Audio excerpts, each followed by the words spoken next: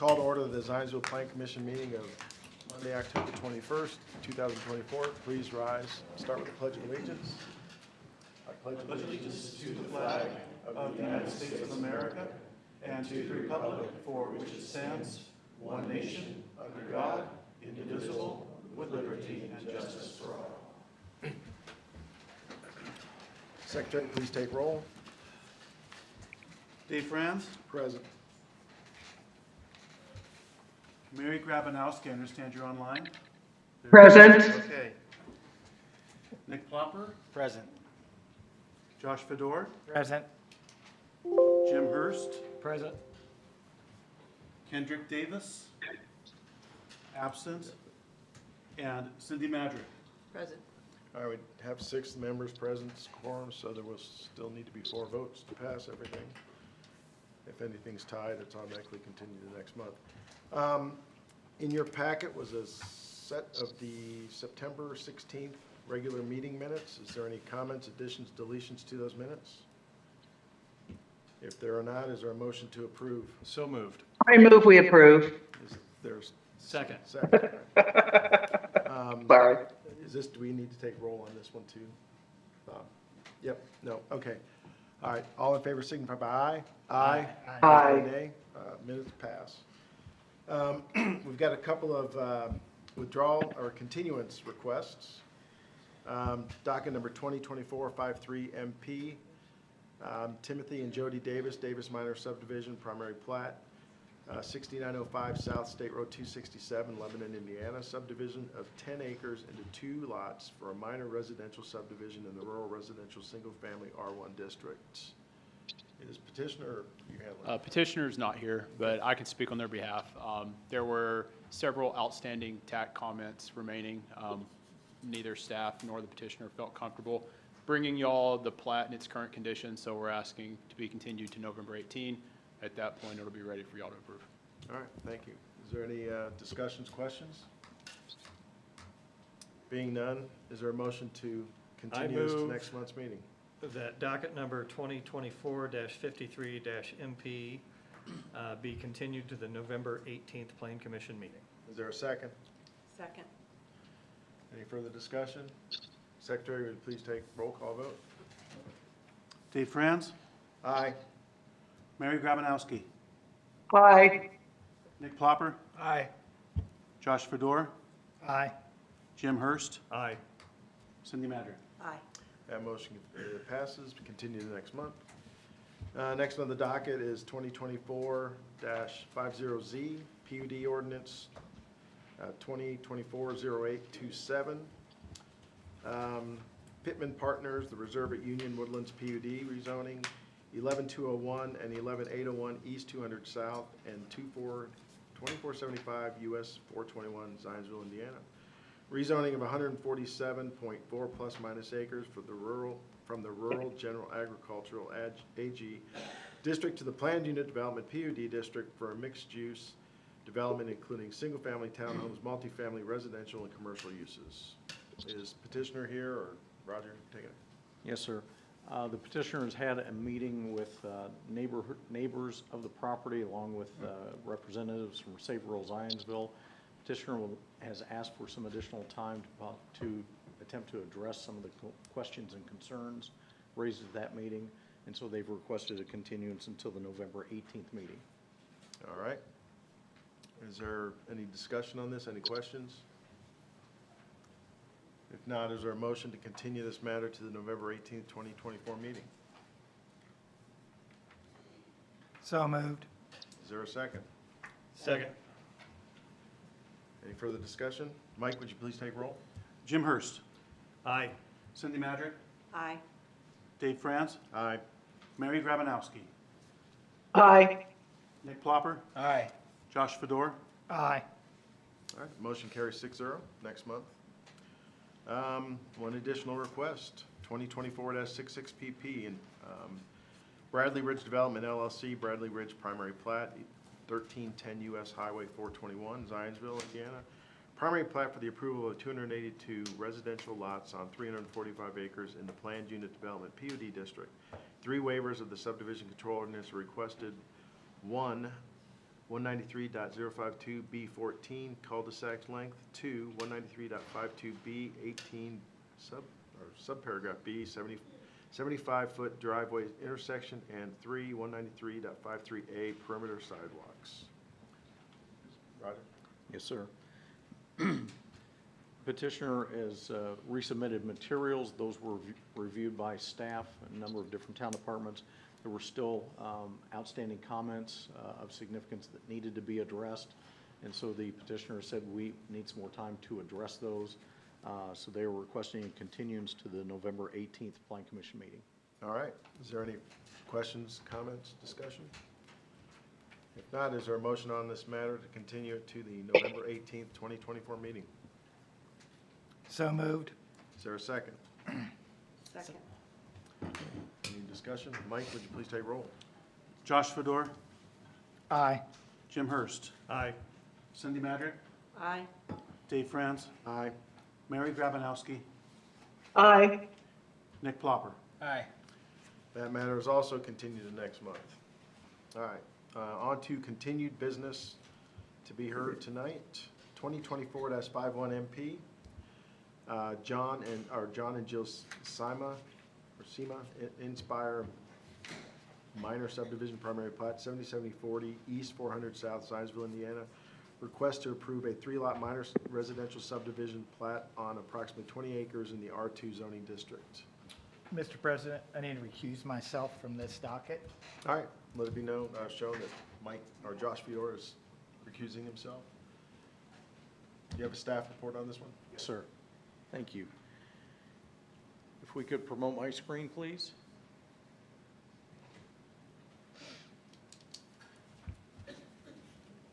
Thank you. As mentioned, the petition before you is for approval for primary plat, to be known as Inspire Estates. The petitioners John and Jill Sima. The property is located on the north side of County Road 400 South and is between County Road 750 East and 800 East. On the screen in front of you is location map. Again, on the south side of the property is 400 South. The subject site is outlined in white. I should point out that there are 2 parcels involved with this subdivision. The 2 parcels total 28 acres, and they're looking to separate this or subdivide this into 3 single-family residential lots. The zoning of the property is zoned R2, and that R2 zoning is also to the north, east, and west of the site. To the south, on the south side of 400 South, is the zoning is R1. This is a drawing of the proposed subdivision.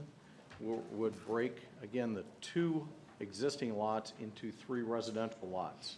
To hopefully add some clarification, I highlighted the dividing lines in red.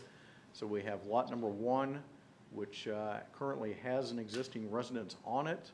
That will remain. Then lot number 2 is here on the northern portion of the property, and lot number 3 is down in this area. Access getting to lot number 2 would be provided via an ingress-egress easement running along the eastern edge of lot number 3, a 55-foot wide easement. This is how the property would be subdivided. I should point out, I missed something in the staff report, failed to include it. This was noticed, but they are also asking for a waiver of the requirement for sidewalks along the north side of County Road 400 South. Again, this was noticed.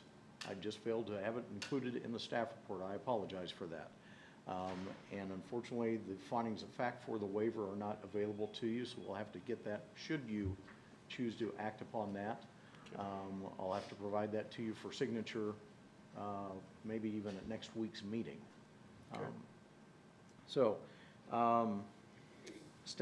This was reviewed by TAC on September 18th. Staff comments were provided to the petitioner, and that did result in kind of the changing of this access easement back to lot number 3. Initially, they were proposing part of lot number 3 to extend all the way down to County Road 400 South, and that would have created, by our planning terminology, a flag lot, which is discouraged.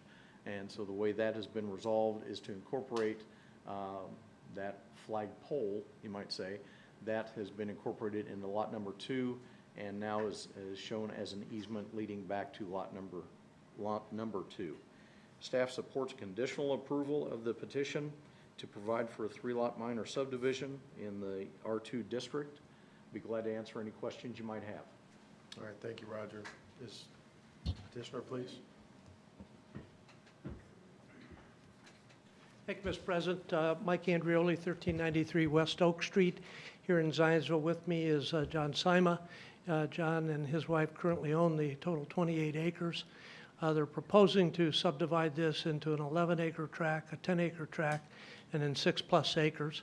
This is part of a long-standing succession plan that the Simas have over the years. They bought this in the early 2000s.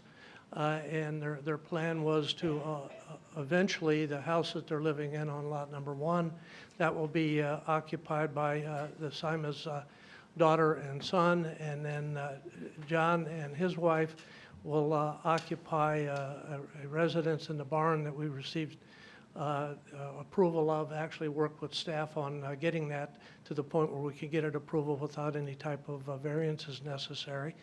And then ultimately, he's got a purchaser who's here tonight for the 10-acre tract, and John's son will then move into the 6.8-acre tract and build a house on that. That's part of the longstanding succession plan.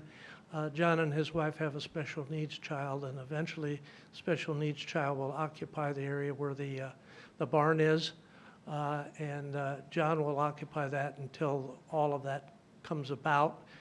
They have purchased property in Florida, although it's on one of the barrier islands, so he commented tonight he wished he probably wouldn't have bought that at this particular point in time, but it is what it is.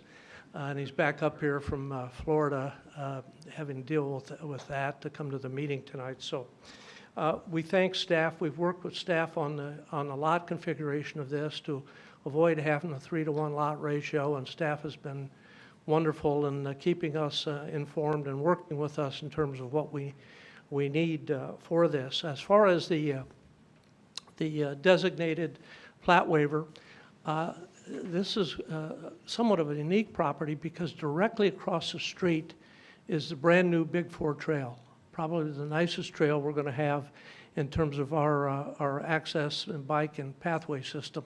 It's directly across the street on 400. It's on the south side of 400. This is on the, and it runs all the way the length of County Road of 400, what this property is on. Interestingly, Sharon Walker and Mr. and Mrs. Walker own the property immediately to the east.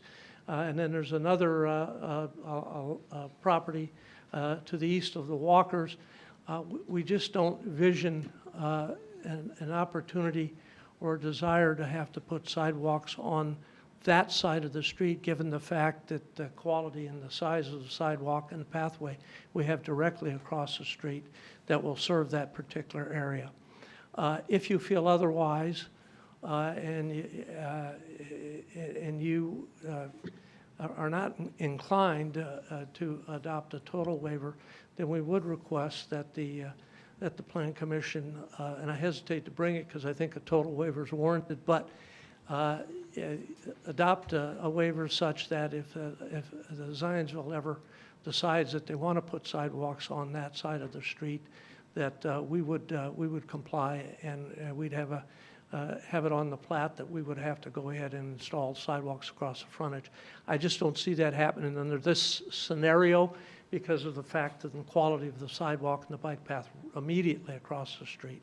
So other than that, I'd be happy to answer any questions or respond to any comments by the members of the general public.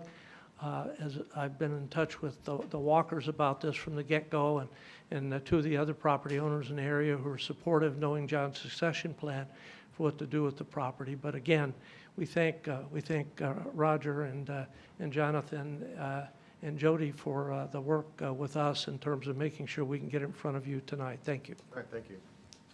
Is there anybody from the public who'd like to just comment on this matter? All right, I'll open up to any members of the Plan Commission.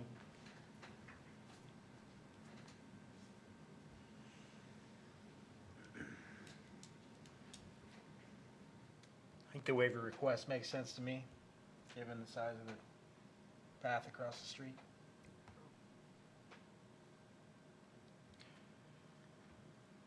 I mean, am I correct? I mean, it sounds like even if they were to put sidewalks in, they're kind of sidewalks to nowhere, other than, I mean, are there any sidewalks or any path at all? I think what we've, Okay. I think what we've done in the past on situations like this is we've granted the waiver subject to if for some reason sidewalks ever do get put in there, they have to then, comply and build the sidewalks at that time. I mean, if they're never gonna be built, it's, it doesn't, it doesn't really mean much. But I'd probably be more comfortable doing that, just in case. So, I would agree with the president. You don't know how the rest of this land is going to develop, and you may need to get pedestrians to a crossing point. I've got a question that I'm just kind of curious. With the easement for the access to the back lot there, I'm going to assume there's going to be like some sort of agreement on maintenance. I'm just always kind of curious how stuff like this would work. You mean the back lot? Yeah, the road with the easement, is there, I mean, assuming there's going to be some joint agreement on maintenance and that sort of thing between the Well, owners? and again, some of the changes were made very quickly. And Roger can answer that initially, and then I'll suggest to you that we've got some maintenance language and some other language on how to maintain that on the plat itself that we've incorporated, but go ahead, Roger. If I can, thank you. That exact topic has been raised, and the language that you are comfortable with, that engineering is comfortable with, will be added to the secondary plat. Okay. I know that the petitioner and their team have already been working on that. All right. Exactly. So if I could also touch upon the topic of the waiver of the sidewalk, and what you were referring to is actually more of a deferral, Right. rather than a waiver. I would request that you use that phrasing, that term specific deferral. word, deferral, Okay. rather than waiver, right. if you choose to go in that direction. All right, thanks. Mr. President, to further elaborate on what Roger said, essentially the maintenance responsibility will be lot number 2. So the owner of the lot in the back that will use the access road, he will have the responsibility of maintaining that. It will not be used by anybody else other than him, and he will have the opportunity to construct the road and maintain it, snow removal, all those types of Okay. things from that private drive. All right, thanks. Any other questions, comments? There was also comments on staff about emergency equipment, making sure that easement is designed and constructed Yeah, satisfactory. it's not going to be gated and or anything like that. Even if Yeah. it was, Yeah. we'd have to give all the access codes to emergency vehicles. It's not, we haven't labeled it necessarily a private drive, but it is an ingress and egress. And so they'll have the ability pursuant to the commitments to be able to go back there, access for all type. And that language will be included and has been included in an initial draft that we proposed. So obviously, all the emergency vehicles, those types of things, public vehicles, whoever wants to get back there, I guess, FITs, everybody else, just like it would be a road to be able to access.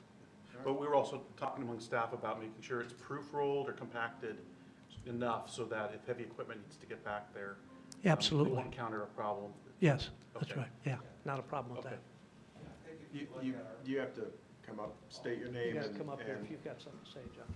name and address, and then you can comment.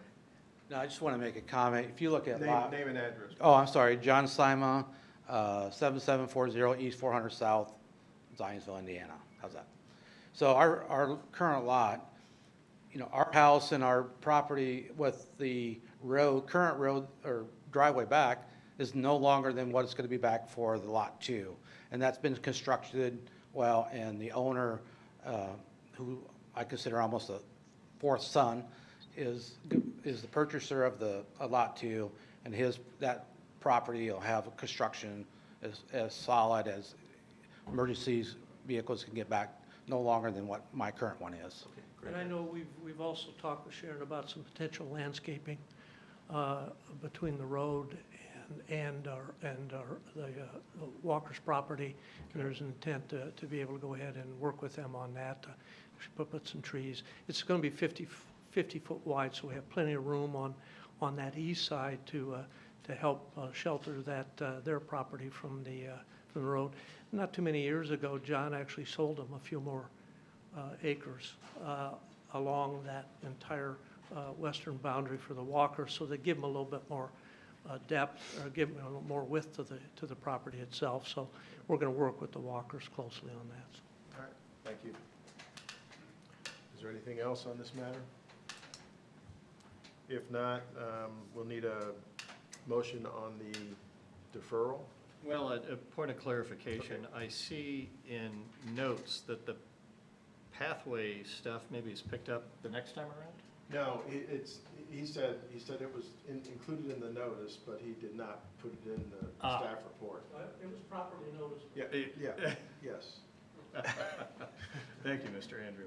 I have a short memory, apologies. And we've submitted findings, but I didn't bring my larger file, and Roger didn't have his file, so to the extent that you approve whatever you approve tonight on those findings, they can be resubmitted at a later date. There's no procedural issues. Okay.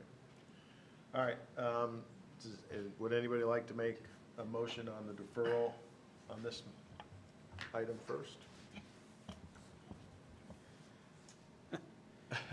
I'll take a crack at it. We should need to add some language to what's in our packet to include the They're deferral. separate, it's two separate motions. So the first one is, I move to allow a deferral of the sidewalk. Right, okay, I'll make that motion. I move to allow the deferral of the sidewalk to future requirements. Is that- Maybe where neighboring properties. If and when adjacent properties are required to build a sidewalk. So I move for the deferral of the sidewalk requirement to a point in time if and when adjacent properties are required to put sidewalks on their properties, and may require the subject property to do the same at that time. Okay, is there a second? Second. Second. Any further discussion? Mike, would you please take roll? Nick Plopper, Aye. Josh Fedor. Oh, He I'm recused. sorry, you recused. Oh, he Excuse recused me, himself, excuse me that's for that. Jim Hurst, Aye. Cindy Madrick, Aye. Dave Franz, Aye. Mary Grabanowski. Aye. All right, the deferral is granted. Is there a motion on the approval? I move that docket 2024-51-MP, a minor residential subdivision dividing 28 plus or minus acres comprised of 2 existing parcels into 3 single-family lots in the rural single and 2-family residential R2 District B, conditionally approved based on the findings in the staff report, staff recommendation, and submitted findings of fact, is presented and discussed, and subject to the items noted in the comment letters, Exhibits 5A and 5B, be resolved as a part of the secondary plat. Is there a second? Second. Any further discussion? Mike, would you please take roll? Jim Hurst, Aye. Cindy Madrick, Aye. Dave Franz, Aye.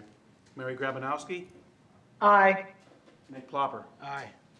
The motion's granted. Thank you very much. Thank you. On to, can someone, oh, you're getting, okay. Okay. We'll get Josh Theodore back up here.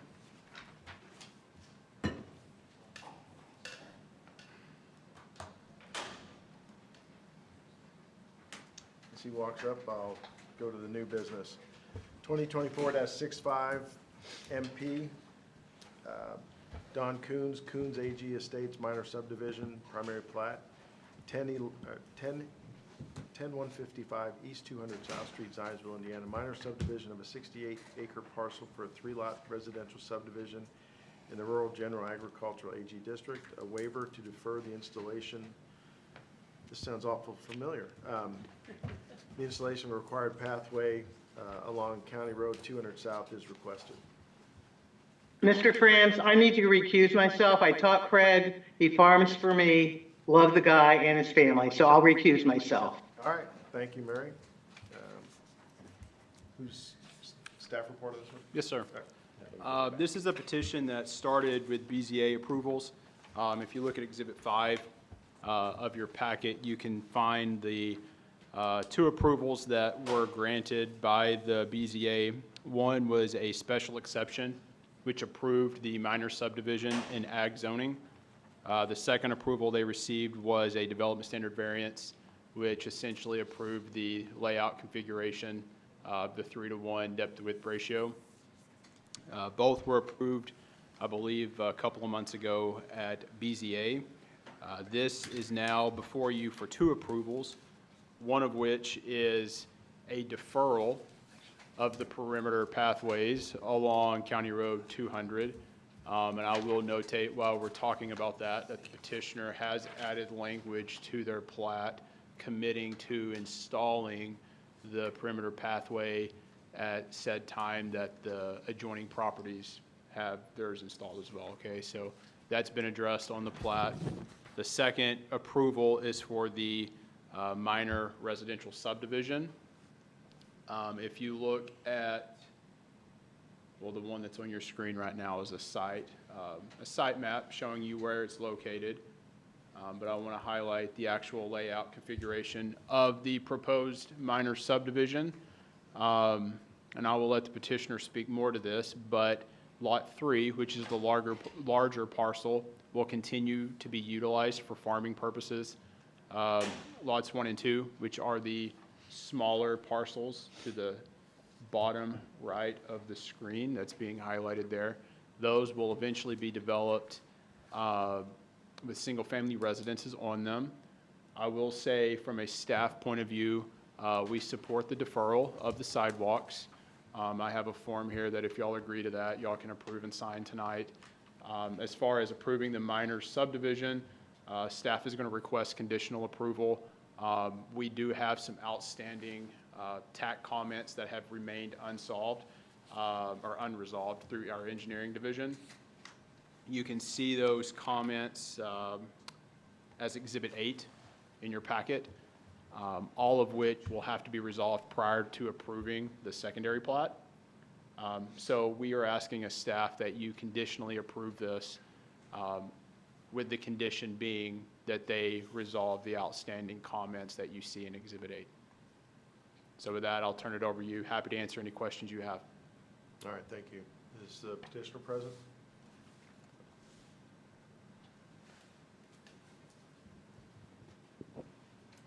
Juan Coons, 10025 East, 200 South, Zionsville.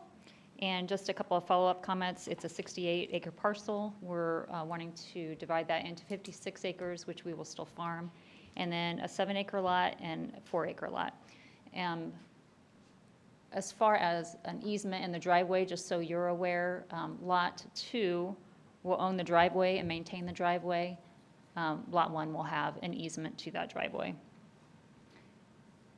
We're requesting the deferral for the sidewalk pathway because there are no other sidewalks on either side of that, so it doesn't make sense to have that there. We did put the language in that within a year of sidewalks adjoining our property, then the owners would be responsible to put a sidewalk in. And other than that, I think it's pretty self-explanatory. The outstanding conditions that we have to meet for TAC, the first 3 are just simply something we need to add to the survey. That's not difficult. The third one is a more difficult piece. I'm curious if that is normally part of a plat. So it sounds like we have to do a pretty extensive study of the driveway and have a rather lengthy engineering process to look at that. And I was thinking that would be part of the driveway permitting versus the plat. But it sounds like the engineering department would like us to do that, to get that done as part of the plat. So that's the majority of. I can speak to Yeah, that if y'all would like to please. hear. So without diving off into the technicalities of the engineering stuff, the way the water flows, if you look at the side of the property where the driveway is going to be at, yeah, let me see this. So right here, the way the water flows, typically it would not be a requirement. This is a unique condition. Essentially, they're having to calculate the amount of water that's going to generate at this culvert, and depending on the amount of water will depend on the type of solution they have to provide, and depending on that solution, it will dictate the size of easement that they have to provide for that driveway.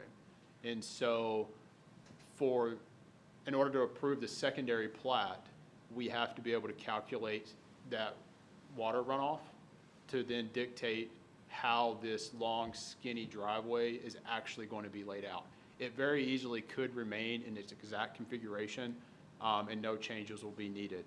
But if our engineers get that information from you and they make a decision that's going to dictate a bigger culvert or something to that effect, we may have to make slight tweaks to the long, straight, skinny driveway, meaning you might have to expand it a little bit more than the currently provided 45 feet, I believe, which is the number you provided.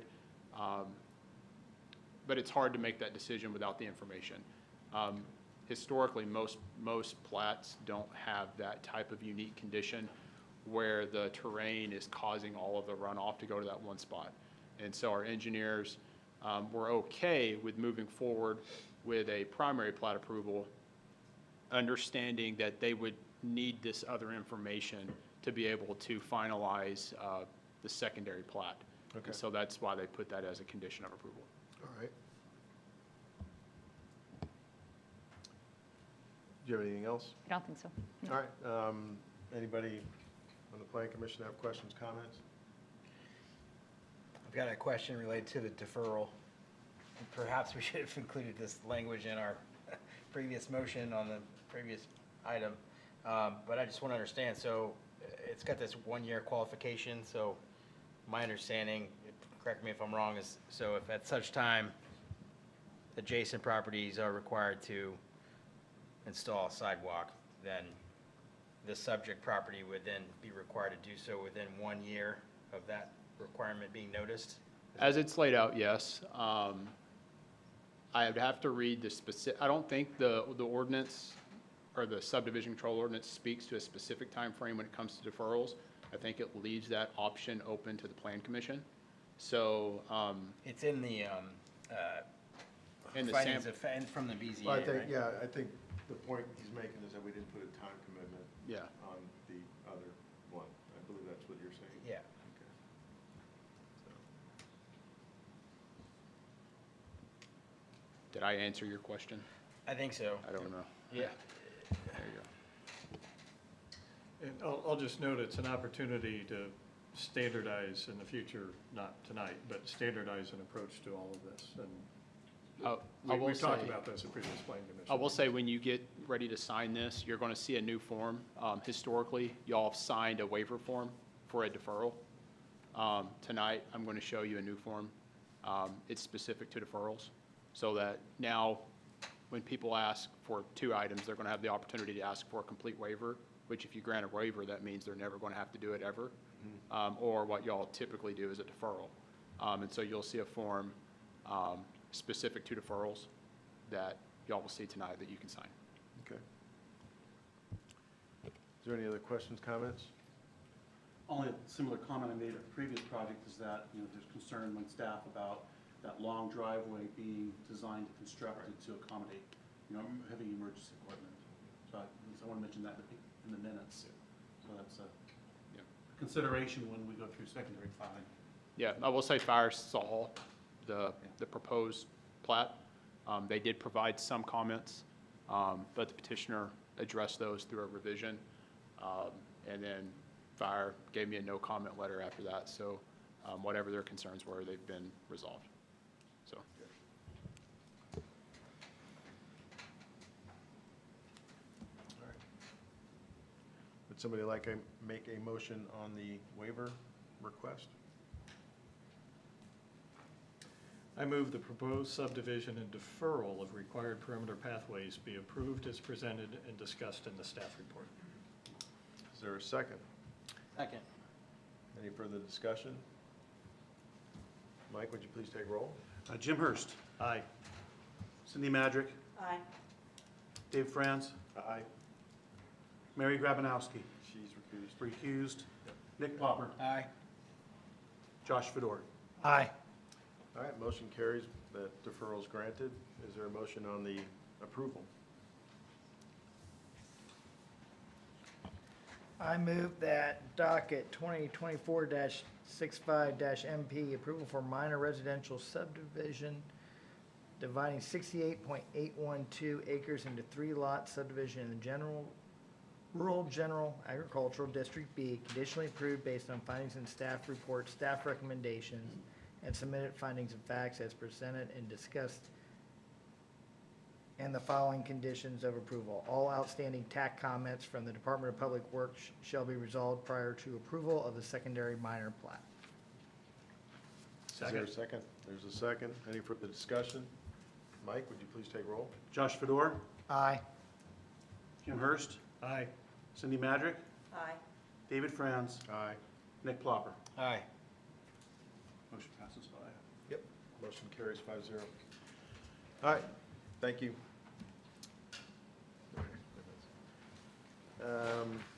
Next on the docket is 2024-70 PPA and 2024-71 DPA, Epcon Russell Oaks LLC, Courtyards at Russell Oaks, primary plat amendment, and DP, or development plan amendment. 8901 East Oak Street, Zionsville, Indiana, primary plat amendment approval for the Courtyards of Russell Oaks to modify the configuration of 10 single-family lots within the overall development of the rural single and two-family residential R2 district, and a development plan amendment for approval of the Courtyards of Russell Oaks, consisting of a 10-lot, single-family residential development in the rural single and two-family residential R2 districts. Jody? Okay, yep, thank you. If it's all right with the Plan Commission, I would like to discuss both of these, just describe them at the same. Can we make sure Mrs. Grabanowski has rejoined? Oh, I am. I'm back. okay. All right. Good call. So, Sorry, Joe. if it's okay, I'll describe them both at the Yep, same time. that's But I do want to make you aware that you have to hold public hearings for these, and then I need motions separately on Yep. each of the petitions. So with that, the primary plat amendment is concerning the Russell Oaks site. Here is Oak Street. It's currently under development, and this area here is the particular area under concern for the amendment. The area is zoned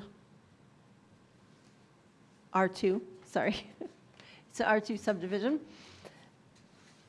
And the amended primary plat, again, it's just concerning these areas. There's an existing lake here, this area here, and this area here. Nothing is being changed about the roadways. Access is still off of Oak Street, the main road here. And then Olympic Court provides access to these 10 lots. The initial plat, as you can see from here, again, the entrance is over here. Pardon me. Olympic Court is here, and there were initially 10, pardon me, custom home lots in this area. This particular property has been sold back to the Epcon community, and now it will be developed again. 10 lots still coming off of the same access road, Olympic Court. There is an existing emergency access drive to the west that was approved earlier through a rezone, and then the original primary plat. Nothing else is changing except, again, the builder is now going to be. That's upside down.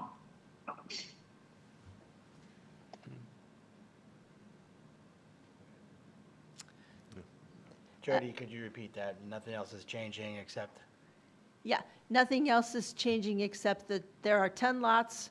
Previously, there are 10 lots now. So the only thing that is changing is they were larger lots, custom homes.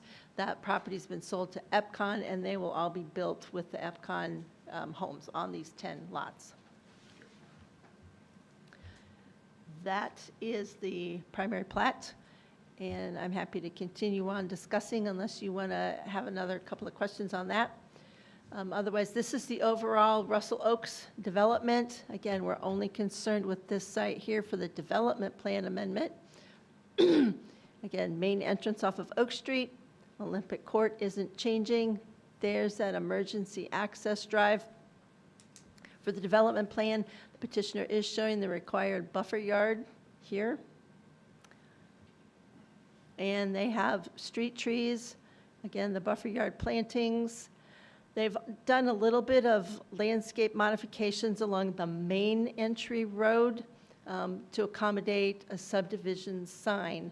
That subdivision sign is the subject of a BZA variance, which was granted last month, to have a larger than allowed sign in the rural zoning district. That sign has been submitted and approved. Looks like this. So just the courtyards of Russell Oaks on a decorative wall, feature wall. And again, some of the homes, you've probably seen this with the original Russell Oaks development, but these are the homes that will also be built on these 10 new lots. And that is the development plan approval. Again, we are recommending a conditional approval for both the primary plat amendment and the development plan amendment, only because there are still a couple of very minor engineering comments outstanding. So with that, I'm happy to answer any questions. All right, thank you. Thank you, Mr. President. For the record, Mike Andrioli, 1393 West Oak Street here in Zionsville. I represent Jim Knighton, who's the original owner of the property, as well as Epcon Development. We're here tonight. Dale Pfeiffer is one of the principals of Epcon that can address any questions that you may have. I think staff was very succinct in telling you why we're here. Essentially, Jim Knighton had a change of plans. He was originally going to go ahead with his partner and develop that into single-family homes, residential homes, more of a custom nature. And his plans changed. He approached Epcon and asked if Epcon would be interested in having the property as part of their original balance of the acreage. The acreage that we're talking about for the amendment is only 22 acres, but part of it's in the lake and part of it is up close to Oak Street. Ironically, although we're not adding any more homes, we're actually creating more open space because, in essence, what the footprint of the homes is going to be like the traditional footprint for the balance of the subdivision. So there's going to be a lot more open space there with the ground that's not actually in individual lots. We met all of the other requirements that we needed to meet with regard to landscaping and all of those other things. And quite frankly, very few things changed with the entire development other than the lot structure changed from the single-family custom lots to the Epcon product with no addition or subtraction on the number of lots themselves. So I'll be happy to answer any questions that you may have or address any concerns from the general public. Thank you. All right, thank you. Is there anybody from the public who'd like to comment on this matter? Please come forward, state your name and address.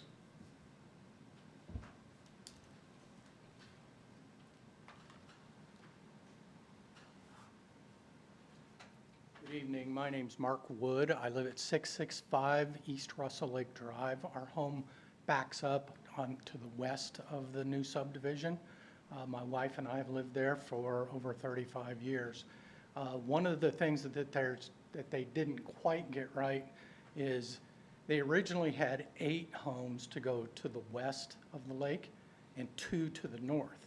What they've done is they've done away with the 2 to the north and they've squeezed in 9 where the 8 were going to go, and they put one house down there all lonely by itself to the west side of the new drive.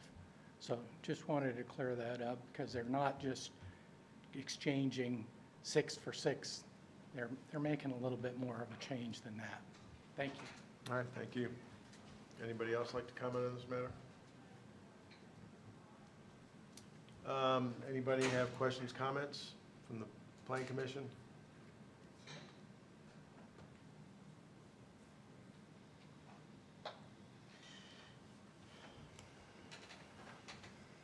I like seeing a little additional green space. It's never a bad thing. I move that docket number 2024-70-PPA, petition for primary plat amendment approval for the courtyards of Russell Oaks, be conditionally approved based on the findings in the staff report, staff recommendation, and submitted findings of fact as presented, and with resolution of staff comments. Is there a second? Second. Second. Any further discussion? Mike, would you please take roll? Nick Plopper, Aye. Josh Fedor, Aye. Jim Hurst, Aye. Cindy Madrick, Aye. David Franz, Aye. Mary Grabanowski. Aye. 6 favor. Thank you. The plan is, primary plat is approved. Is there a motion on the development plan amendment?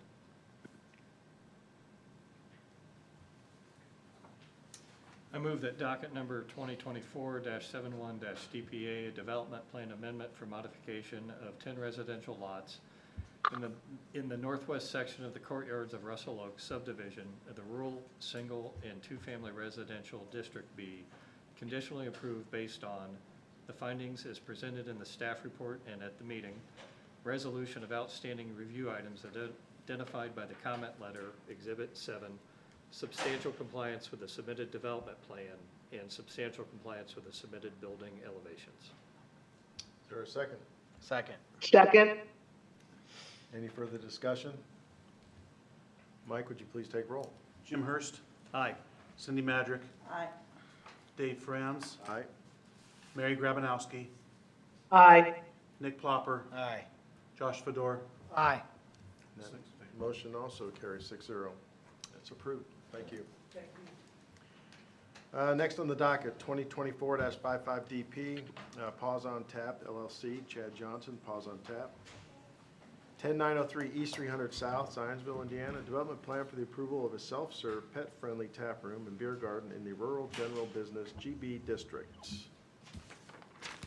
Owen, say this? Oh, Roger, you got it? Yes, thank you. That's cool. You look at the slide up on the screen is the location map. The subject site is going to be addressed as 10940 Connemara Drive.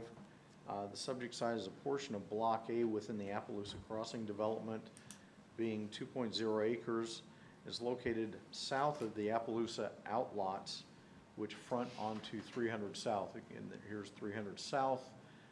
Here are those outlets that I referenced, and the subject site is to the south of them, and it's also east of the outlots that are fronting onto Michigan Road. Here are the shops.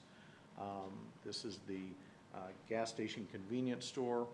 And again, so the subject site is 2 acres here. It is part of a larger unplatted lot.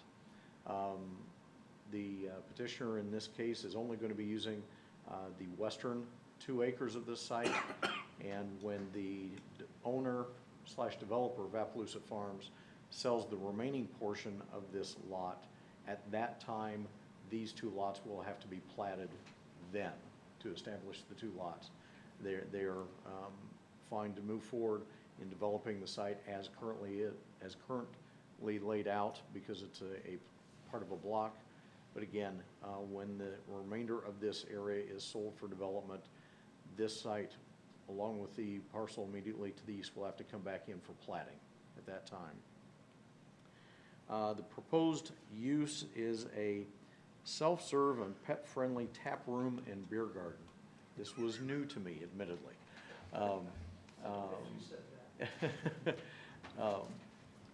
The approximately 2,100 square foot building will be located here on the northwestern corner of the site, with the balance of the site being developed for on-site parking and also the beer garden use. I will allow the petitioner to provide more color commentary on how this actually works. But in essence, it will be a self-serve tap room where patrons can come in and I don't know if you buy a token or a card or what, but you're allowed to then dispense for yourself your preferred liquid of choice. At the same time, this is pet friendly, so pets, dogs will be encouraged to attend. And one of the items that the petitioner has stated is that out in the beer garden, any pets will be still required to be on leash with their owner. They'll not just be allowed to run free. So everybody will live happily, hopefully. The architecture of the proposed development has sought to incorporate design features and materials to complement the design of other projects already approved within Appaloosa Crossing. The building utilizes a variety of materials and colors. The primary exterior building material will be a hardy cement board panels and trim with a base of stacked limestone masonry. A standing seam metal roof will cover the building with accent lights mounted on the building's facades. Surrounding the building on portions of 3 sides is a covered patio with outdoor seating. Here you can get an idea of the covered patio area. These areas would also be include outdoor roll-up vinyl curtains to be able to be dropped down so the area could be used during cold weather months.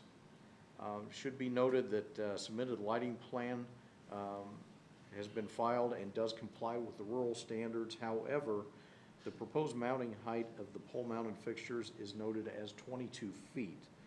To be consistent with the other developments within Appaloosa Crossing, this mounting height should be no higher than 16 feet. Additionally, other recently approved Appaloosa projects have included the requirement that exterior lighting would be automatically dimmed by 50% at 10 p.m. This requirement should be applied to this project and included as a condition of approval. Some signage has been provided within the drawings. It's difficult to see on the screen here, but they do have a sign, a roof sign for Pause on Tap. The sufficient details of this sign have not been provided, so we can't approve the sign at this time, but we anticipate that when they do need approval, they'll just need to submit for a sign ILP that would be reviewed by staff and approved at that time. If any portion of the sign does not comply with either signage standards or any aspects of the Appaloosa Crossing signage package, they would then need to come back for a variance of development standards for that item. Staff supports conditional approval of this proposal, subject to the lighting plan being revised for pole-mounted lights being no higher than 16 feet, and also the exterior lighting being automatically dimmed by 50% at 10 p.m. And again, noting that the final sign plan be submitted for staff review and approval. I'll be glad to answer any questions you might have. All right, thank you. Mr. Andreoli, again. Thank you. For the record, Mike Andreoli, 1393 West Oak Street. I represent Paws on Tap. Chad Johnson, the principal, and his group is here tonight to answer any questions. I guess the old adage, every dog has its day, hopefully is going to have its day here in Zionsville if we get your approval for this. It's had a metamorphosis in terms of what we've taken it through, and it's caused, I think, Mike and Roger and all of us to put our thinking caps on in terms of how we look at this particular use and how we structure this particular use itself. Echoing what Roger said in the staff report and verbally tonight is that the animals, this will be pet friendly. There are several restaurants in town that allow this, out in patios and allow you to bring your pets. This will be encouraged and an integral part of what they're attempting to do out there. But no, the dogs will not be able to run loose. They will be on leashed, and that'll be a requirement and will be enforced by the proprietors of the establishment. We don't want any dogs running loose out there or anything of that nature. So they'll be on pets, and obviously they've got some experience on how to control these types of things to make sure all of them are user-friendly, so to speak. So in essence, they've worked quite a bit with staff with regard to design criteria on this particular building. We think it'll fit in nicely with the Appaloosa Crossing. They've got a lot of interesting and unique uses commercially out there. And the beer garden will be something that we don't have here in Zionsville to date that will be utilized as such. There'll be tables out there and those types of things during weather that's not inclement. And so at this point, I'd be happy to answer any questions or address any comments from the audience. Thank you. All right, thank you. Is there anybody from the audience who'd like to speak on this matter?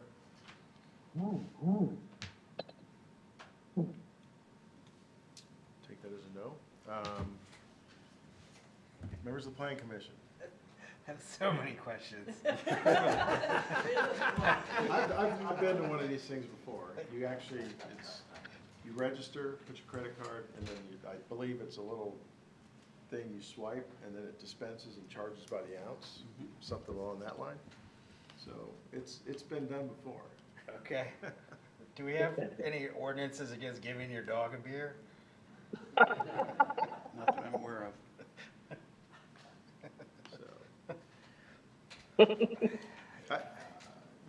This thing definitely makes me feel old, because I thought I was kind of up on things. I clearly am not. I guess one of my concerns would be the noise coming out of that beer garden area. You've got an apartment complex right behind it. You know, I can't tell by what I'm looking at how tall that fence is that goes around there, and et cetera there. Yeah, you can come up and just state your name and Yeah, address. please. Chad Johnson, 10757 Pete Dye Ridge here in Zionsville. Love the questions, so thank you. It is a unique experience or an idea because it's something that I've actually had in my mind for a number of years.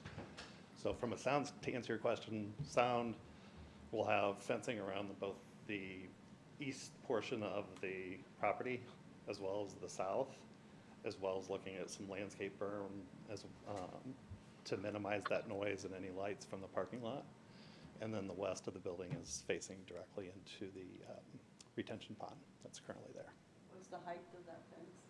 The height of the fence was planned to be 6 foot on the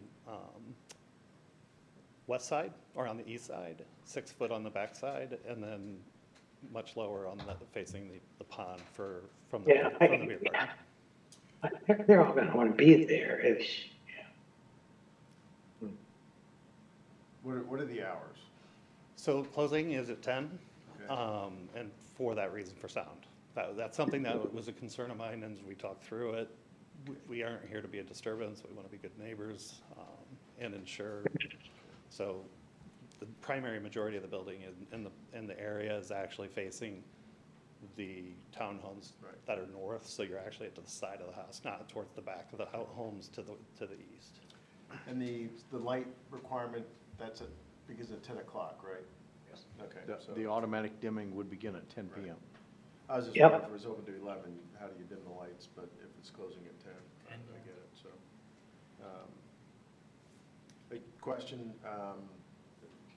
how many people do you anticipate working there and monitoring, alcohol intake? That's the best part. So with the technology, it actually allows us to set limitations on the amount of beer each person serves before they come back up to a licensed person who's able to serve alcohol. Okay. And be turned back on. So we set the ounces. It's actually more controlled than you would have in a typical bar. And we're able to see the consumption of any person. So should someone come in intoxicated, we can actually see how much they were actually served at our location. Yeah. So Okay. I come from a software background, so data is my key. And I want to make sure that we know and are safe and being good neighbors. So you're gonna be doing a bunch of different craft beers, I'm assuming? We're going to have approximately 40 taps, and they will be basically bestsellers. So different regions, rotating taps. We'll have some outside for the beer garden. We'll have approximately 30 on the inside. And, any food, snacks, or anything Yep. like that? We'll have a warming kitchen, So hot dogs, it only makes sense. Nachos. See what you did there. I like this guy. But it's no fryers, no. Yeah. Yeah. Okay. Any entertainment contemplated in the beer garden, any music or any If there were performances? anything, it would be acoustic, small, very low key, and it's not on our roadmap. It's going to be those will be business decisions based on approval and any sound ordinances and requirements by the town. But initially, no, that we don't intend to. But if there's a desire, we have the ability to accommodate it. I don't anticipate a Van Halen concert anytime soon. I think I heard you say that the dogs are to remain leashed at all times? At all times, there will be notification. We also will, one of the things, because it's managed, all the purchases are going to be managed by your phone or an RFID card. And so you'll have an account to sign up for that account. It won't, not everybody's going to have their phone. Our primary demographic should have it. However, if they do have their phone, there will be an acknowledgement or a terms and agreements that every person's responsible. There'll be signage also stating that every person's responsible for their dog. It's a, one strike you're out scenario. So if your dog becomes a menace, causes problems, they would be asked to leave. Is there green space for the dogs? There's space, so in the back of the beer garden, which it doesn't show, it goes back just a hair bit for the potty station. Okay, And then we'll that's have what one I out front. wondered. We'll have Yeah. out front, yeah. So there'll be waste stations included. That was one of the comments back from the TAC as well, I believe. But yes, we would have plenty of stations. It's going to be, there will be hooks on each of the tables that'll ensure that the dogs are on a short leash, so we don't have the interaction between the dogs. No feeding of the dogs to ensure that there's not. Yeah. Actually cleaning breakfast at her. We're talking about just dogs, correct? Not emotional support pigs or guinea pigs or, You hit the two things I actually was going to include, but no, Okay. that is not the intention. So we are not going to, there's going to be an implied message here. Okay.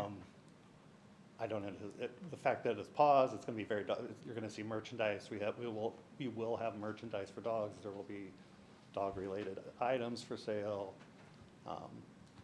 So yeah, we aren't anticipating reptiles and birds unfortunately, you cannot bring your okay. I'm just- your dog or your, I'm these sorry, are your the emotional questions support you pig. never- you gotta Gosh, ask. you're so funny. Yeah. Anybody else have any questions? So much. But I'm excited to see this place open. I'm gonna, yeah. And that's what I hope to hear. Yeah, thank you. Me too. What's the timetable on that, assuming we get a positive recommendation from here? We've done a lot of pre-work. I actually have our engineer on the phone as well.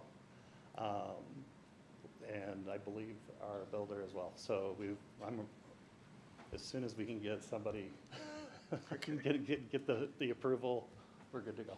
I think, in addition, they've already gone through the Alcoholic Beverage Commission I have process, so we've gotten all that done in anticipation. I have a two-way liquor license that's in escrow right now because we didn't have an address until you just told me what it was. Thank you, Roger. All right, anybody else? If not, is there a motion on this matter? I move that docket number 2024-55 DP Development Plan for a self-serve pet-friendly taproom and beer garden within Appaloosa Crossing be conditionally approved based on the findings in the staff report and the staff recommendations, submitted findings of fact. The lighting plan shall be revised for pole-mounted lights to be no higher than 16 feet, and exterior lighting shall be automatically dimmed by 50% at 10 p.m. Final sign plan submitted for staff review and approval, and subject to resolution of outstanding review items identified in the comment letters, exhibits 5A and 5B. Is there a second? Second. Any further discussion? Mike, would you please take roll? Jim Hurst, Aye. Cindy Madrick, Aye. Dave Franz, Aye. Mary Grabanowski, Aye. Nick Plopper, Aye. Josh Fedor, Aye. 6. Motion passes 6-0. I'm assuming people without dogs can come too, right? Oh, my gosh, yes. All right, next one on the docket is 2024-67 DPA, C&W Inc. Marathon, additional fueling station with canopy, 6378 Crane Drive, Whitestown, Indiana. Development plan approval or amendment for an additional fueling station with a canopy being in the rural general business GB district and within the I-65 South Corridor overlay. Good evening. Owen Young for Planning and Building Department staff. As you can see up on our view screen, we have the location map. It is out at right next to the Cracker Barrel and the Burger King at the exit to the highway, just north of Tom Wood Toyota. Its current zoning is rural general business district, and it's within the I-65 South Corridor overlay. Project description: petitioner currently operates a commercial multi-tenant building with a convenience store and fueling station. It is an integrated center. Marathon's primary gas use out there. The hours of operation are daily, 5 a.m. to 12 a.m. And again, they are modifying their development plan to install an additional fueling station and canopy at the south side of the gas station's existing canopy along Crane Drive. Existing canopy. This is the new canopy. Topics of interests, their landscaping, their proposed landscaping. They have some current existing landscaping that they will retain. That is a bunch of existing trees marked TP.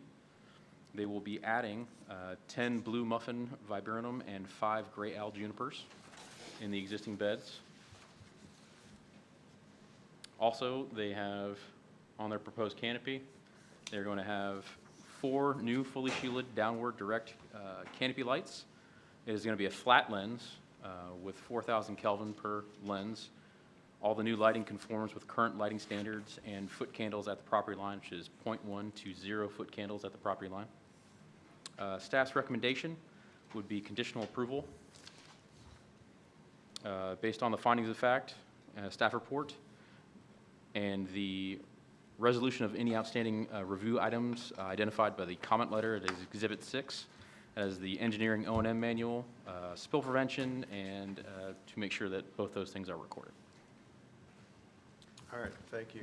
Is the petitioner present? Come on.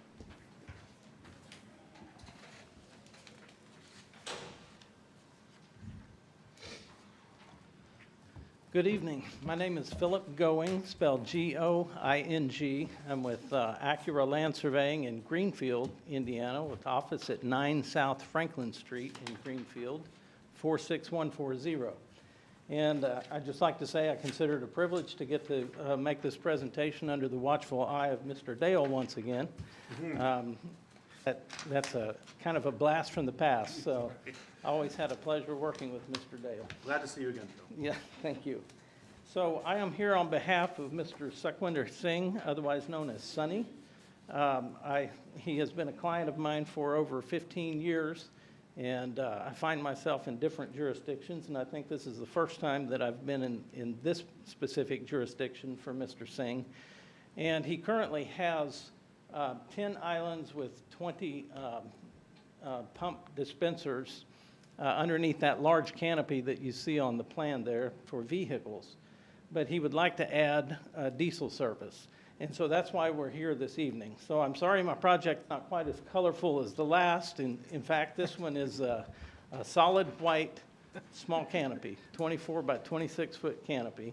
And it's completely white, and that is to be in keeping with kind of the standard that has already been developed on that site, and to match and not create anything that would create a site nuisance or a site, we want to keep it all visually intact.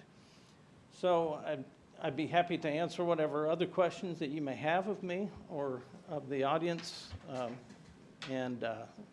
just ask for your development plan approval so that we can add this diesel service. All right, thank you. Is there Thank anybody from the public like to comment on this matter? Being none, anybody on the Plan Commission have any questions, comments? I was to say the landscaping, I think, would be a very nice addition to that corner. Yeah, it is kind of a bare area out there. So I'm assuming none of the other pumps, the 10 do the 10 pumps have any diesel, or are they 100% gas? To my knowledge, they're 100% gas. You're gonna have to come up and answer, sorry. Yes, to my knowledge, they're 100% gas on the other 20 dispensers. And I'll ask this to Owen. Looking at this location, it doesn't create any issues with like emergency, equipment or anything along that line? No, sir, none of the existing parking is being impacted. The area that's currently slated for the proposed gas canopy and additional station or gas station pumps is currently just concrete. And this is predominantly for people like myself who drive oversized trucks and so forth, rather than semis and delivery style trucks. This is more for like Yes. residential cars that run on diesel and Right, that is larger pickup trucks. Right, that is correct, and that's a good comment. As you see on our diagram, we have shown the largest potential truck that could go through there, although we don't anticipate that being the majority of what visits this site, but we did need to accommodate that. So we have in the packet, a turning diagram for that size of a semi that would pass through there. The turning diagram actually revealed that we needed to increase the radius at the southeast corner of Crane Drive that it goes on to Center Drive. And so you see that as a part of the plan. That was a recommendation of the traffic engineer, and so that is actually a part of the project to do that. That was the only area that created a potential issue, and so we're just going to take care of that.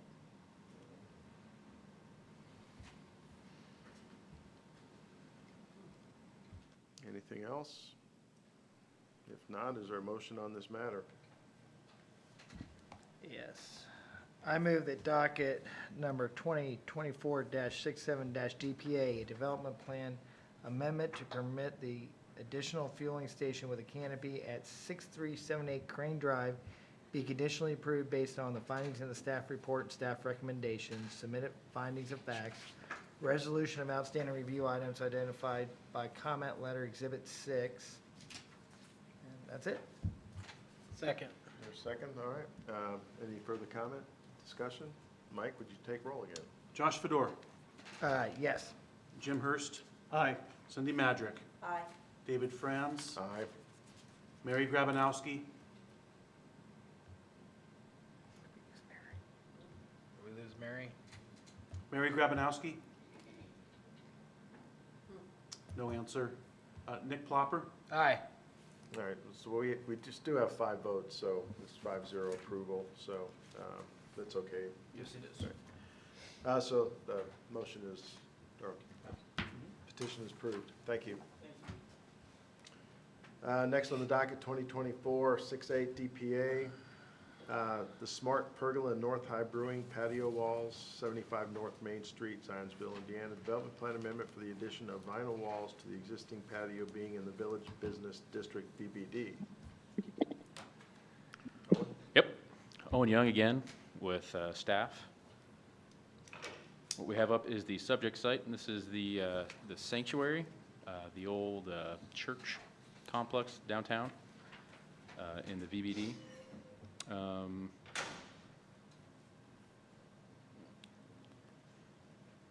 Current zoning is VBD.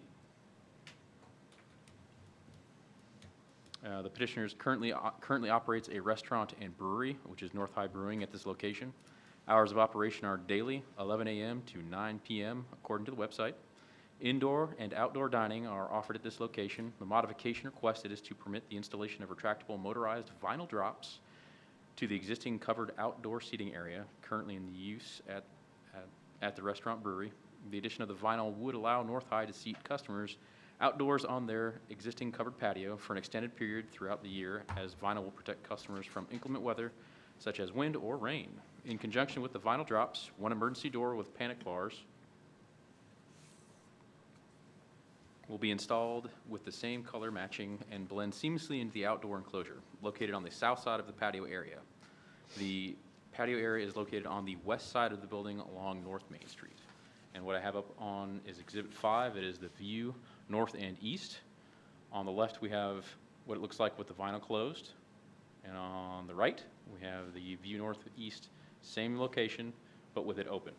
As you can see, the existing permanent emergency exit to be installed, and then from the view southeast closed and view southeast open.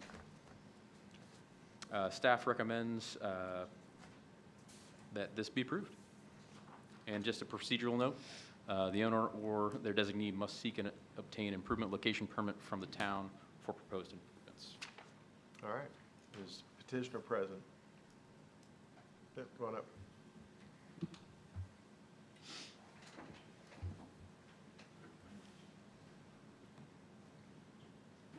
Ross Atterbury with the Smart Pergola. We're at 8070 Castleton Road in Indianapolis. I think Owen did an excellent job of giving a breakdown of the project. Basically, it's just about expanding their use of the area they already have, being able to protect them from driving rain, or especially they have heaters already. They don't do any good with the open air, so with the ability to close it, they'd be able to use that space in the cold weather. We had already met with the Architectural Review Committee. They made a few suggestions, one being the border trimming the clear vinyl is solid black and it's as minimal as possible. And then also the powder-coated aluminum parts for both the door and the retractable vinyl drops are going to match the existing wooden trim, so they're custom color. Okay. Is that it? Yes, sir. Okay, Unless you have thank questions. No, I mean, I'm going to see if there's any. Does anybody in the public have a comment on this matter? Does anybody in the Plan Commission have any questions, comments? I like it. Yeah, I've been waiting for it for a while. Does this material fade over time? And if it does, how easy is it replaced? And is there a way? I've seen similar type products that'll yellow over a certain time frame. Is that a concern with this stuff? So that is more a function of cleaning it improperly than it is the material itself. Basically, it's a marine vinyl, and if you clean it with marine vinyl cleaner, it will stay nice and clear. If you clean it with Windex, you will take the dirt off of it and the UV protectant, and then it will be sepia tone in short order. The good news, to your point, is that ironically enough, the vinyl's the cheapest bit of it, so it is pretty easy to replace it. Yeah, it's just a training issue at the install. And I do like it. It's really cool stuff. I just was curious on that.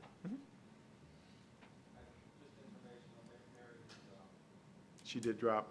Okay. All right, thank you. So Mary Grabanowski has dropped off the call.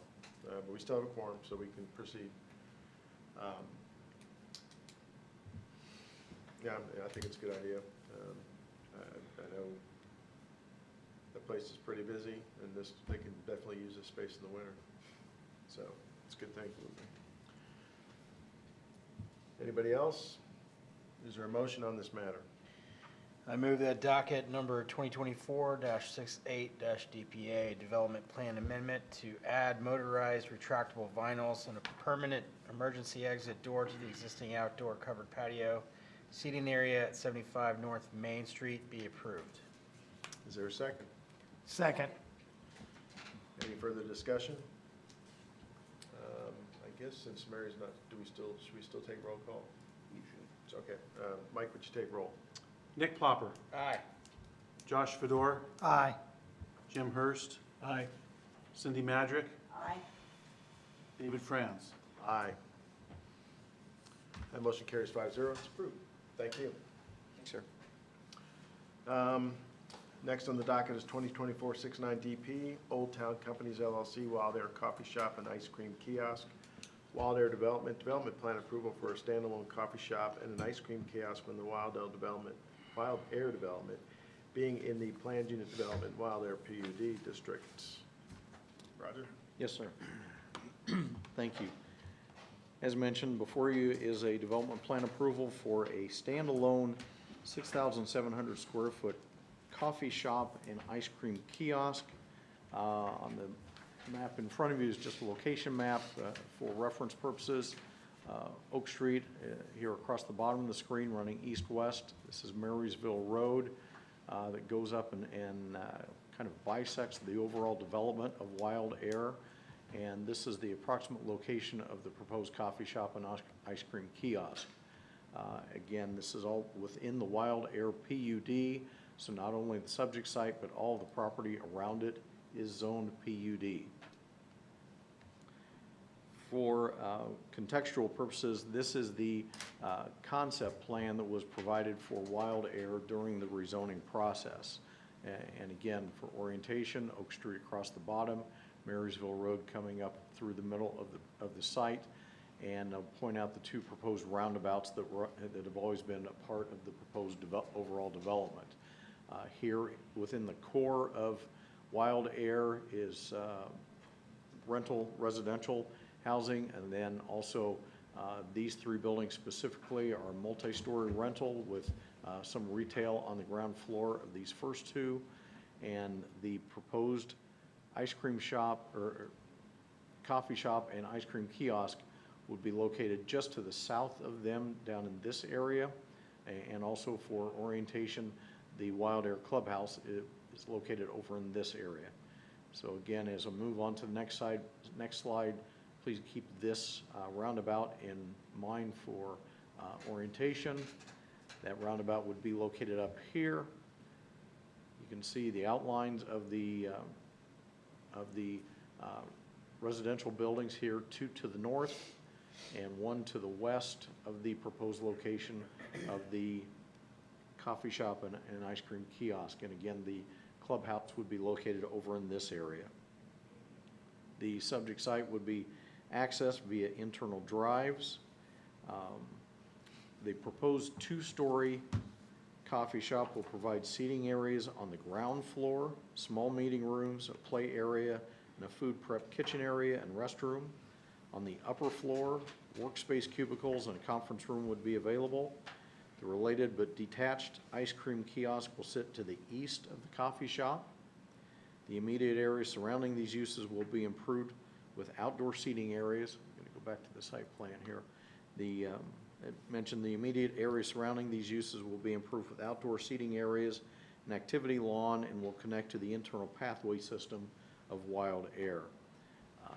I'd like to point out some features of interest on this. The architecture of the proposed coffee shop and ice cream kiosk is similar in design and scale to the nearby Wild Air Clubhouse. The proposed building utilizes a variety of materials and colors. The primary exterior building materials of the coffee shop and kiosk will be stained cedar wood siding mounted vertically. The coffee shop will also have a stone veneer on most of the lower level. A standing seam metal roof will be utilized for both structures. Detailed signage drawings have not been submitted for review as part of this development plan, but wall-mounted signs, coffee shop and ice cream, are depicted on the respective building elevations, and they would be required to meet the design standards that were approved as part of the Wild Air PUD. All future signage for this project will be required to file for individual sign permits. If any of the signs do not comply with the applicable development standards, then variances would need to be secured from the BZA. Staff recommendation for this is approval of the petition for the 6,700 square foot coffee shop with the ice cream kiosk, and I'll be glad to answer any questions you might have. All right, thank you, Roger. Is the petitioner present? Yeah, come on up.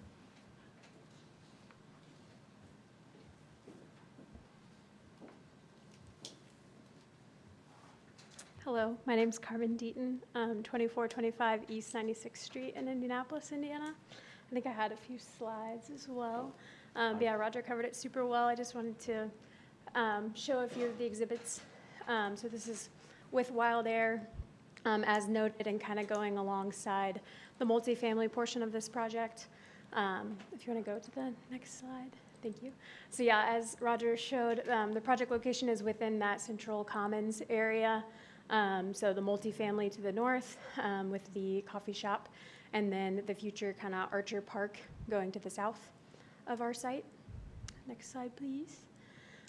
Same exhibit. So yeah, there will be a trail system that will connect through. So portions of that trail is being built alongside the coffee house or coffee shop plans between that building and the ice cream kiosk, and then will be continued further. But there will be bike parking located near the ice cream kiosk and the coffee shop, and just some seating areas, exterior, and just amenities for this development. This is just the landscape plans, just kind of showing the patio area for the outdoor seating, and just all of the access that will be provided. And then the portion shown in the dashed line to the south is that trail continuance.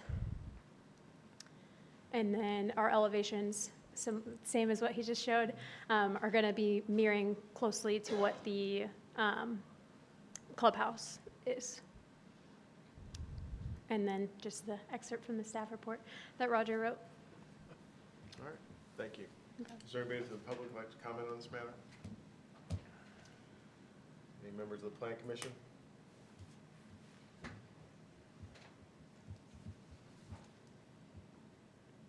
I'm a little confused on the traffic pattern. Like, so if you're pulling in with your car, can you, Yeah. if you can pull that back up? Yeah, we can go back.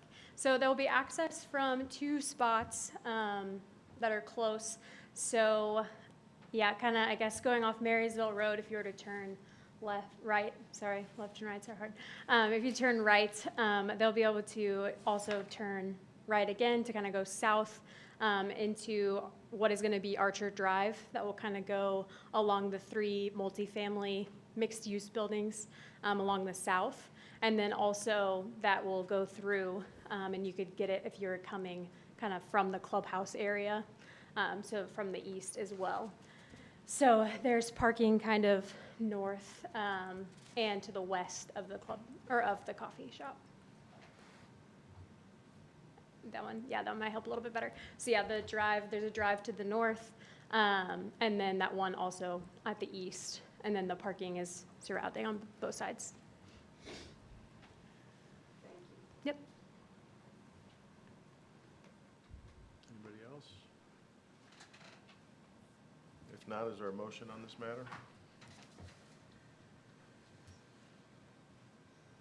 I move that docket number 2024-69-DP, development plan for a standalone 6,700 square foot plus or minus coffee shop and an ice cream kiosk within the Wild Air development be approved based on 1, the findings in the staff report, the staff recommendations, 2, the submitted findings of fact, and 3, final sign plans submitted for staff review and approval. Is there a second? Second. Any further discussion? Mike, would you please take roll? Nick Plopper. Aye. Josh Fedor. Aye. Jim Hurst. Aye. Cindy Madrick. Aye. David Franz. Aye. This motion carries 5-0. Thank you. Last on the docket, some internal housekeeping stuff. Summary memo resolution proposed Plan Commission rules and procedure changes. Mike or Roger, who's handling this? Yeah. Oh, Jody? Jody's handling it. Jody? Yeah, Jody Dickey for staff. We've got the rules and procedure. I know you guys have been working hard on this for the last couple of months, and the version that you have in your staff packet, I think, contains everything that we've discussed and then come to a decision on. There is one question that I had that I'm not sure was fully decided on, and that was as far as the public hearing process was concerned, whether or not we would have folks register to talk and then have staff collect the signatures and then call them up to the podium one at a time when it came time for the public hearing portion. The other version doesn't have that registration process in there. We still would want folks to sign in so that we would have a record of the name and an address, but we're not going to tell people if you didn't sign in, you can't speak in either situation, whether or not there's a pre-registration or registration for the public hearing process. Other than that, I think everything has been put in there, and the changes are reflected in red on the cover page. So let me know if you are ready to sign this. There's a resolution 2024-01 to sign this, and then there's also a signature page on the back of the rules and procedures. So if you do want to sign this tonight, there's 2 spots to do that.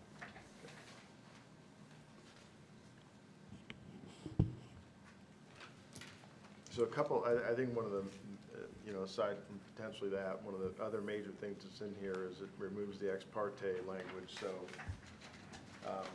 previously to this, currently, we cannot speak to anybody while the hearing began or is open. So if a matter gets continued over, we can't talk to anybody from the public or town, anybody, because of this. By removing this, we'll have the freedom to talk to people about this. You can always say no if you don't want to talk to them. But I think where this would, in my opinion, where this would help is there's been times in the past several years or many years that I'm going forward with the understanding I think the town council is, on board with what's being worked, or they're not on board or something along that line. And because we can't talk to them during the process, that we just don't know.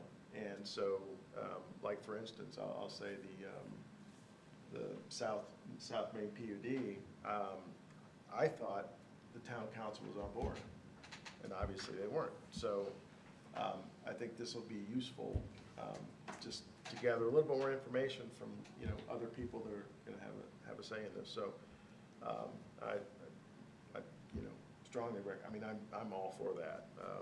And again, you can always say no if someone calls you. Or shows up at your place, Josh. Yeah, I like the additional business, but